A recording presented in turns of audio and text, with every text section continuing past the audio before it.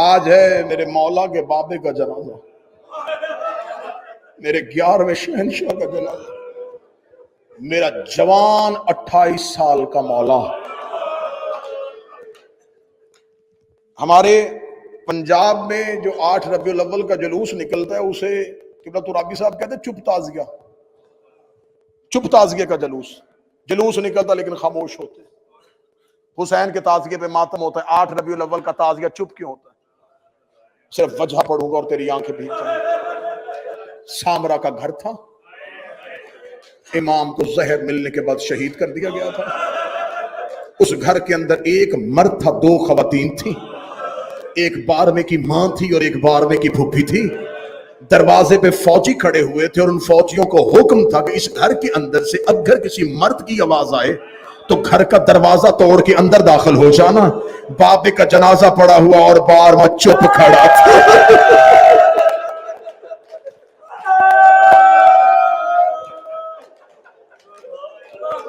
گھر کے پردے کی خاطر میرے مولا رویا نہیں بابے کے جنازے پہ۔ منت کر کے کہوں گا آج ہے 11ویں شہنشاہ کا تابوت اٹھنا، اتنی چیخیں مارنا یہ 12ویں کی حسرت ہے۔ اس کو اس کے بابے کے جنازے پہ رونے نہیں دیا گیا تھا۔ اس میرے آقا مولا کو یہ میرے مولا کے یتیمی کا جنازہ ہے۔ تم اس مولا کی ریت ہو، یہ میرے آقا کی یتیمی کا جنازہ ہے۔ سامرا کے ایک مکان میں میرا 12واں چپ کر کے اپنے بابا کے جنازے کو دیکھ رہا تھا۔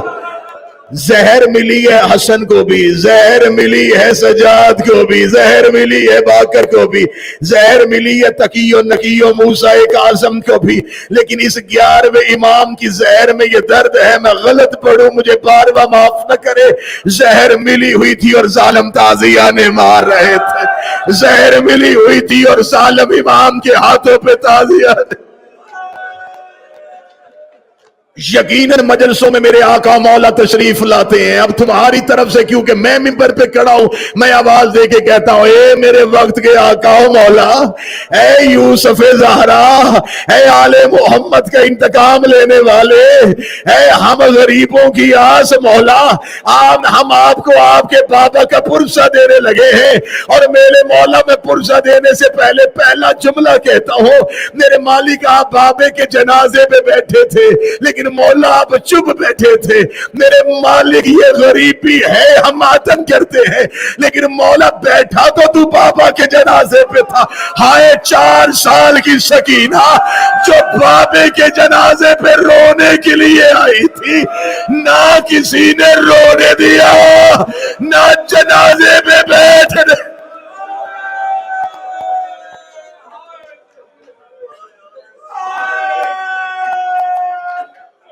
زہر مل گئی سامرا میں میرے 11ویں شہنشاہ کو۔ میرے مولا کے بڑے صاحبزادے، ان کے بھائیوں میں سے ایک بھائی سید محمد، آج بھی بلد میں اسے ثانی عباس کہتے ہیں، یہ میرے مولا کا بھائی ہے۔ ایک میرے مالک کا بھائی ہے جعفر زکی، اسے تاریخ 2 لفظوں سے یاد کر دیا، میرا دونوں سے اختلاف ہے۔ ایک لفظ وہ ہے جو میں منبر پہ کہہ ہی نہیں سکتا، ایک تواب کہا جاتا ہے، توبہ کر لی تھی، استغفر اللہ، ہو امام کا بیٹا، کوئی دعویٰ امامت نہیں کیا، 12ویں کی امامت کو محفوظ رکھنے کے لیے اس وقت کے شیعوں کا چہرہ اپنی طرف کروا دیا تاکہ میرا بھتیجا محفوظ رہے، جیسے اس ابو طالب نے ایک بھتیجا بچایا تھا۔ یہ آل محمد کے گھر کا مظلوم ہے، جتنے نقوی سادات بیٹھے ہو نا، ان کی زیادہ نسلیں اسی میرے آقا مولا سے، جلال الدین سرخ پوش اسی آقا مولا کی نسل میں سے۔ یہ میرے وہ شہنشاہ مولا ہیں جس نے تاریخ کے ستم لے لیے۔ آج بھی مورخ نے 2 ایسے لفظوں سے یاد کرتا ہے میرے مولا کو، لیکن خاموش رہا۔ جو ہی میرے 11ویں کا جنازہ تیار ہوا، سرکار جعفر مصلی پہ تھے، صرف فوجیوں اور سپاہیوں کو دکھانے کے لیے کہ مہدی تک کوئی ہاتھ نہ پہنچے۔ جو ہی لوگوں کی صفیں بند گئیں تو 5 سال کا ظاہری طور پہ میرا 12واں پردے سے آیا، چچا کے قریب آ کے کھڑا ہوا، روتے ہوئے چچا نے مصلی چھوڑا، میرا 12واں مصلی امامت پہ آ کے اللہ اکبر کہا، امام کا جنازہ امام پڑھاتا ہے، سپاہی تلواریں لے کے آئے اور امام غائب ہو گئے، جنازہ پڑھانے کے بعد میرا مولا نظروں سے اوجھل ہو گیا، میرے مولا تیرے بابے کا جنازہ آنے والا ہے، ہم منت کر کے ایک درخواست کرنے لگے ہیں، مولا تجھے اتنی مہلت تو ملی تھی نا، تو بابا کا جنازہ پڑھانے کے لیے آ گیا تھا، مولا تجھے اتنی مہلت تو ملی تھی نا، تو بابے کے جنازے پہ آ گیا، سجاد 7 مرتبہ بابے کے جنازے پہ آیا ہے، ہاتھوں میں رسیاں باندھ کے لے جا رہے تھے، بابا بغیر کفن کے چھوڑ کے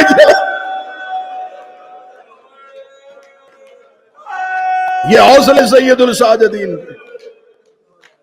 کل والا دن ہے پھر شب لگ جائے گی، ختم ایام ازا، 100 کے دن ختم ہوں گے، 100 ختم نہیں ہوگا، تمہیں غریب زہرا کا واسطہ 2 مہینے نوکری کی ہے میں نے تمہاری، منت کر کے کہنے لگا غم کے دن ختم ہوتے ہیں، غم ختم نہیں ہوتا، لباس بدلنا سوگ نہ بدلنا، لباس تبدیل کرنا عقیدے تبدیل نہ کرنا، کل کے بعد ہو سکتا ہے تمہیں تواتر کے ساتھ مجلسے نہ ملے، جیسے تمہیں ایام ازا میں کبھی اس بار کا چلے جاتے تھے، کبھی فلاں کے گھر میں مجلس، کبھی فلاں جلوس میں چلے جاتے تھے، کل کے بعد ہو سکتا ہے تمہیں تواتر سے مجلسے نہ ملے، میں شبیر کا مسافر جا کر ہاتھ باندھ کے کہتا ہوں مجلسے نہ بھی ملے پانی دیکھنا تو رو لینا، اپنی بیٹی کے سر پہ چادر دیکھنا تو رو لینا، تو شام کو تھکا ہوا گھر آئے تیری بیٹی تیرے سینے پہ زر رکھے تو اپنی بیٹی کو دیکھ کے رو لے، اپنی آنکھوں کے کشکول خشک نہ ہونے دینا، آنسوؤں کو جاری رکھنا، یہ رمال سیدہ ان کی جگہ ہے، ایام غم ختم ہوتے، یہ تو ان کی کریمی ہے، یہ تو ان کا کرم ہے کہ انہوں نے ہمیں دنیاوی معاملات کے لیے آزاد کر دیا، غم سے آزاد نہ ہونا،